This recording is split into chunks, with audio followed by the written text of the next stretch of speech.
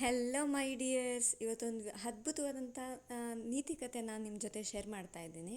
ಒಂದೂರಲ್ಲಿ ಒಬ್ಬ ಹುಡುಗ ಇರ್ತಾನೆ. ಆ ಹುಡುಗ ಇಂಟರ್ವ್ಯೂಗೆ ತನ್ನ ಎಜುಕೇಷನ್ ಎಲ್ಲ ಮುಗಿಸಿ ಇಂಟರ್ವ್ಯೂಗೆ ಹೋಗಬೇಕು ಅಂತ ಡಿಸೈಡ್ ಆಗ್ತಾನೆ. ಇಂಟರ್ವ್ಯೂಗೆ ಹೋಗೋಕ್ಕೆ ಮುಂಚೆ ಆ ಹುಡುಗ ಅಂದ್ಕೊಳ್ತಾನೆ, ಅಯ್ಯೋ ಇಲ್ಲಿಂದ ಫಸ್ಟ್ ಬೆಂಗಳೂರಿಗೆ ಹೋದರೆ ಸಾಕು, ಇಲ್ಲಿ ಪೇರೆಂಟ್ಸ್ ಟಾರ್ಚರ್ ತಪ್ಪುತ್ತೆ ಅಂತ ಮನಸ್ಸಲ್ಲಿ ಅಂದ್ಕೊಳ್ತಾನೆ. ಅಂದರೆ ರಿಸ್ಟ್ರಿಕ್ಷನ್ಸ್ ಜಾಸ್ತಿ, ಸುಮ್ಮನೆ ಏನಕ್ಕಿದು, ಫ್ರೀಡಮ್ ಇಲ್ಲ ಅಂತ ಆ ಹುಡುಗನಿಗೆ ಅವನ ಮನಸ್ಸಲ್ಲಿ ಅವನೇ ಹಾಗೆ ಅಂದ್ಕೊಳ್ತಾನೆ. ಆದರೆ ಇಂಟರ್ವ್ಯೂಗೆ ಹೋಗಬೇಕಾದ್ರೆ ಮನೆ ಹೋಗ್ತಾನೆ. ಹೋಗಬೇಕಾದ್ರೆ ಅದೇನಾಗುತ್ತೆ ಅಂದರೆ, ಒಂದು ಹತ್ರ ಡಸ್ಟ್ಬಿನ್ನಿಂದ ಕಸ ಆಚೆ ಬಿದ್ದಿರುತ್ತೆ. ಮತ್ತು ಇನ್ನೂ ಸ್ವಲ್ಪ ಮುಂದೆ ಹೋಗ್ತಾನೆ, ನೀರು ಟ್ಯಾಪಿಂದ ನೀರು ಹೋಗ್ತಿರುತ್ತೆ. ಹೊರಗಡೆ ಲೈಟ್ ಉರಿತಾ ಇರುತ್ತೆ ಎಂಟ್ರೆನ್ಸಲ್ಲಿ.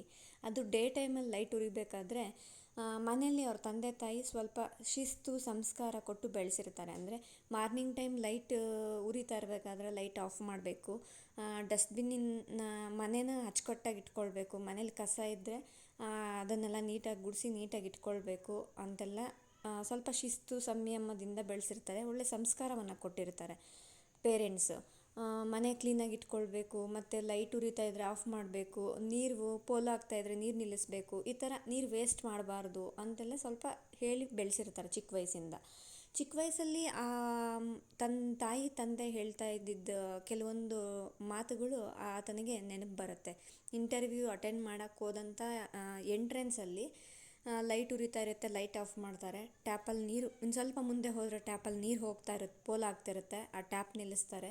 ಇನ್ನೊಂದು ಸ್ವಲ್ಪ ಮುಂದೆ ಹೋಗ್ತಾರೆ, ಡಸ್ಟ್ಬಿನ್ನಿಂದ ಹೊರಗಡೆ ಕಸ ಬಿದ್ದಿರುತ್ತೆ ಸ್ವಲ್ಪ, ಅದನ್ನು ಆ ಕಾಟನ್ ಪೇಪರ್ಸ್ ಎಲ್ಲ ಬಿದ್ದಿರುತ್ತೆ, ಕಾಟನ್ ಬಾಕ್ಸ್ದು, ಅದನ್ನು ಸ್ವಲ್ಪ ಎತ್ತಿ ಡಸ್ಟ್ಬಿನ್ಗೆ ಹಾಕ್ತಾರೆ. ಇದೆಲ್ಲ ಮಾಡಿ ಮುಂದೆ ಹೋಗ್ತಾರೆ, ಇಂಟರ್ವ್ಯೂ ಕೂತ್ಕೊಳ್ತಾರೆ. ಅವರು ಇಂಟರ್ವ್ಯೂಗೆ ಫೈಲ್ ಕೊಟ್ಟಾಗ ಅವ್ರು ಹೇಳ್ತಾರೆ, ಫೈಲ್ ಇಳಿಸ್ಕೊಂಡು ಸೈಡ್ಗೆ ಇಟ್ಬಿಟ್ಟು ಯು ಆರ್ ಸೆಲೆಕ್ಟೆಡ್ ಅಂತ ಹೇಳ್ತಾರೆ ಅಲ್ಲಿ ಕಂಪನಿಯವರು.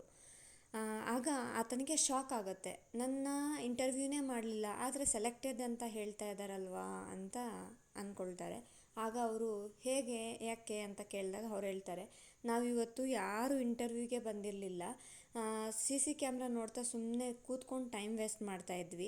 ನೀನು ಎಂಟ್ರೆನ್ಸಲ್ಲಿ ಬಂದಾಗ ಲೈಟ್ ಸ್ವಿಚ್ ಆಫ್ ಮಾಡಿದ್ದು ನಮ್ಮ ಕಣ್ಣಿಗೆ ಕಾಣಿಸ್ತು, ಇನ್ನು ಸ್ವಲ್ಪ ಮುಂದೆ ಬಂದು ಟ್ಯಾಪಲ್ಲಿ ಪೋಲಾಗ್ತಾ ಇದ್ದ ನೀರನ್ನು ನಿಲ್ಲಿಸಿದ್ದು ನಮಗೆ ಕಾಣಿಸ್ತು. ಹಾಗೆ ಇನ್ನೊಂದು ಸ್ವಲ್ಪ ಮುಂದೆ ಬಂದು ಡಸ್ಟ್ಬಿನ್ನಿಂದ ಹೊರಗಡೆ ಬಿದ್ದಿದ್ದಂಥ ಕಸವನ್ನು ನೀನು ಡಸ್ಟ್ಬಿನ್ಗೆ ಮತ್ತೆ ಹಾಕಿದ್ದು ನಮ್ಮ ಕಣ್ಣಿಗೆ ಕಾಣಿಸ್ತು. ಹಾಗಾಗಿ ನಮಗನ್ನಿಸ್ತು, ನಮಗೆ ಬೇಕಾಗಿದ್ದು ಏನಪ್ಪ ಅಂದರೆ ನಮ್ಮ ಕಂಪನಿ ಕೆಲಸವನ್ನು ತನ್ನ ಕೆಲಸ ಅಂತ ಭಾವಿಸಿ ಶಿಸ್ತಿನಿಂದ ಸಂಯಮದಿಂದ ನನ್ನ ಒಂದು ಕೆಲಸ ಅಚ್ಚುಕಟ್ಟಾಗಿ ಮಾಡಬೇಕು ಅನ್ನುವಂಥ ಮನಸ್ಥಿತಿ, ವ್ಯಕ್ತಿತ್ವ ಇರುವಂಥ ವ್ಯಕ್ತಿ ನಮಗೆ ಬೇಕಾಗಿತ್ತು.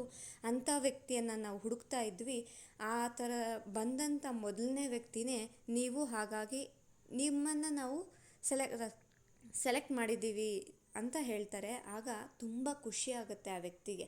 ಮೈ ಡಿಯರ್ಸ್, ನಮಗೆ ಇದರಿಂದ ಏನು ಗೊತ್ತಾಗುತ್ತೆ ಅಂದರೆ, ಕೆಲವೊಂದು ಸಾರಿ ನಮ್ಮ ಪೇರೆಂಟ್ಸ್ ನಮ್ಗೆ ಹೇಳ್ತಿರ್ತಾರೆ, ಅಂದರೆ ಮುಂದೆ ಭವಿಷ್ಯದಲ್ಲಿ ಅವ್ರಿಗೆ ಒಳ್ಳೆಯದಾಗಲಿ ಅನ್ನೋ ಕಾರಣಕ್ಕೆ ಸ್ವಲ್ಪ ಶಿಸ್ತಿಂದ ಇರು, ಶಿಸ್ತನ್ನು ರೂಢಿಸ್ಕೋ ಜೀವನದಲ್ಲಿ, ಮತ್ತು ಮಾಡುವಂಥ ಯಾವುದೇ ಕೆಲಸವನ್ನು ಅಚ್ಚುಕಟ್ಟಾಗಿ ಮಾಡು, ಅದರಲ್ಲಿ ಒಂದು ಪರಿಪೂರ್ಣತೆ ಇರಲಿ ಅಂತ ಹೀಗೆ ಒಂದೊಳ್ಳೆ ಮಾತು, ಸಭ್ಯತೆ, ಸಂಸ್ಕಾರ, ಪ್ರೀತಿ, ವಿಶ್ವಾಸ ಕೊಟ್ಟು ಬೆಳೆಸ್ತಾರೆ. ಅದು ನಮ್ಗೆ ಹೇಗೆ ಅನಿಸುತ್ತೆ ಅಂದರೆ, ಒಂಥರ ಉಸಿರುಗಟ್ಟಿಸುವಂಥ ರೀತಿ. ನಾವು ಚಿಕ್ಕ ಮಕ್ಳು ಇರ್ತೀವಲ್ವ, ನಮಗೆ ಅವ್ರು ಏನೇ ಹೇಳಿದ್ರು ಅದು ತಪ್ಪಾಗಿ ಕಾಣಿಸುತ್ತೆ. ನಮಗೆ ಜೀವನದ ಅನುಭವ ಇರಲ್ಲ, ಜೊತೆಗೆ ನಾವು ಮುಂದಿನ ಜೀವನ ಅದ್ರ ಬಗ್ಗೆ ಏನೂ ಯೋಚನೆ ಇರಲ್ಲ. ಚಿಕ್ಕಂದಿನಲ್ಲಿ ನಮಗೇನೊಂದು ಬದುಕಿನ ಅರಿವೇ ಇರಲ್ಲ ನಮಗೆ. ಆಗ ಅವ್ರು ಏನೇ ಹೇಳಿದ್ರು ಅದು ನಮಗೆ ತಪ್ಪಾಗಿ ಕಾಣುತ್ತೆ. ಆದರೆ ಬದುಕಿನಲ್ಲಿ ಮುಂದೆ ಒಂದಿನ ಅನುಭವ ಆಗ್ತಾ ಆಗ್ತಾ ನಾವು ತಂದೆ ತಾಯಿಯರ ಜವಾಬ್ದಾರಿಯನ್ನು ನಿಭಾಯಿಸುವಾಗ ನಮ್ಗೆ ಅರ್ಥ ಆಗುತ್ತೆ, ತಂದೆ ತಾಯಿಯರ ಒಂದು ಪ್ರೀತಿ, ಕಾಳಜಿ, ಗೌರವ ಏನಾಗಿರುತ್ತೆ. ಮತ್ತು ನಮಗೆ ಅವರು ಏನಕ್ಕೆ ತಿದ್ದಿ ಬುದ್ಧಿ ಹೇಳ್ತಿರ್ತಾರೆ, ಏನಕ್ಕೆ ಶಿಸ್ತನ್ನು ರೂಢಿಸ್ಕೊಳ್ಳೋಕೆ ಹೇಳ್ತಾರೆ, ಸಂಯಮದಿಂದ ಇರೋಕ್ಕೆ ಹೇಳ್ತಾರೆ, ಒಳ್ಳೆ ಸಭ್ಯತೆ ಸಂಸ್ಕಾರ ಕಲಿಯೋಕ್ಕೆ ಹೇಳ್ತಾರೆ ಅಂತ ನಮ್ಗೆ ಅರ್ಥ ಆಗುತ್ತೆ. ಇನ್ನೊಂದು ಏನಪ್ಪ ಅಂದರೆ, ಅವ್ರು ಚಿಕ್ಕ ವಯಸ್ಸಿನಲ್ಲಿ ನಮಗೆ ಕೊಟ್ಟಂಥ ಒಂದು ಸಂಸ್ಕಾರ ನಮ್ಮ ಜೀವನ ಇರೋವರೆಗೂ ನಮ್ಮನ್ನು ಕಾಪಾಡುತ್ತೆ, ಕೈ ಹಿಡಿದು ಮುನ್ನಡೆಸುತ್ತೆ ಅಂತ ಹೇಳೋದಕ್ಕೆ ನಾನು ಇಷ್ಟಪಡ್ತೀನಿ. ಯಾಕಂದರೆ ಖಂಡಿತ ಅವ್ರು ಕೊಟ್ಟಂಥ ಸಭ್ಯತೆ, ಸಂಸ್ಕಾರ, ಶಿಸ್ತು ನಮ್ಮ ಬದುಕಿಗೆ ಬೆಳಕನ್ನು ನೀಡುತ್ತೆ. ಮತ್ತು ಯಾರಿದ್ದರೂ ಯಾರಿಲ್ಲದೇ ಇದ್ದರೂ ಏನಿದ್ರು ಏನಿಲ್ಲದೆ ಇದ್ದರೂ ನಮ್ಮ ಬದುಕನ್ನು ನಾವು ಕಟ್ಕೊಂಡು ನಮ್ಮ ಜೀವನವನ್ನು ನಾವು ನಡೆಸಲಿಕ್ಕೆ ಆ ಒಂದು ಕೆಲವೊಂದು ಟಿಪ್ ಅವ್ರು ಹೇಳ್ಕೊಟ್ಟಿರ್ತಾರಲ್ಲ, ಒಂದಷ್ಟು ಒಳ್ಳೆ ವಿಚಾರಗಳು, ವಿದ್ಯಾಭ್ಯಾಸ ಕೊಡಿಸಿರ್ತಾರಲ್ವ ಅದೆಲ್ಲವೂ, ಹಾಗೆ ನಮ್ಗೆ ಕಲಿಸಿರ್ತಾರಲ್ವ ಶಿಸ್ತಿನಿಂದ ಹೇಗಿರಬೇಕು, ಎಲ್ಲಿ ಎಷ್ಟು ಮಾತಾಡಬೇಕು ಹೇಗೆ ಅಂತ, ಆ ಎಲ್ಲವೂ ನಮ್ಮ ಜೀವನ ಇರೋವರೆಗೂ ನಮ್ಮನ್ನು ಕಾಯುತ್ತೆ ಸ್ನೇಹಿತರೆ. ಹಾಗಾಗಿ ಯಾರೇ ಆಗಿರಲಿ, ನೀವು ವಯಸ್ಸಲ್ಲಿ ಚಿಕ್ಕವ್ರು ಇರಲಿ ಅಥವಾ ಹಿರಿಯರಿರಲಿ, ಪೇರೆಂಟ್ಸ್ ಏನಾದರೂ ಹೇಳಿದಾಗ ಅದನ್ನು ಅಕ್ಸೆಪ್ಟ್ ಮಾಡಿಕೊಂಡು ರೆಸ್ಪೆಕ್ಟ್ ಮಾಡಿ. ಅಂದರೆ ಒಪ್ಕೊಂಡು ಅವ್ರು ಏನು ಹೇಳ್ತಾರೆ ಅದನ್ನು ಒಪ್ಕೊಂಡು ಅದನ್ನು ಗೌರವಿಸಿ.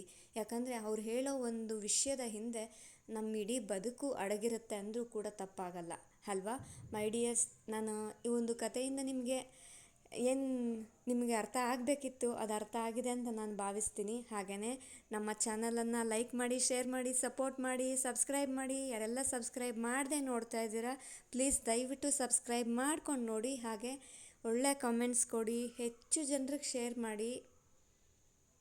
ಎಲ್ಲರಿಗೂ ಶುಭವಾಗಲಿ. ಶುಭರಾತ್ರಿ. Thank you.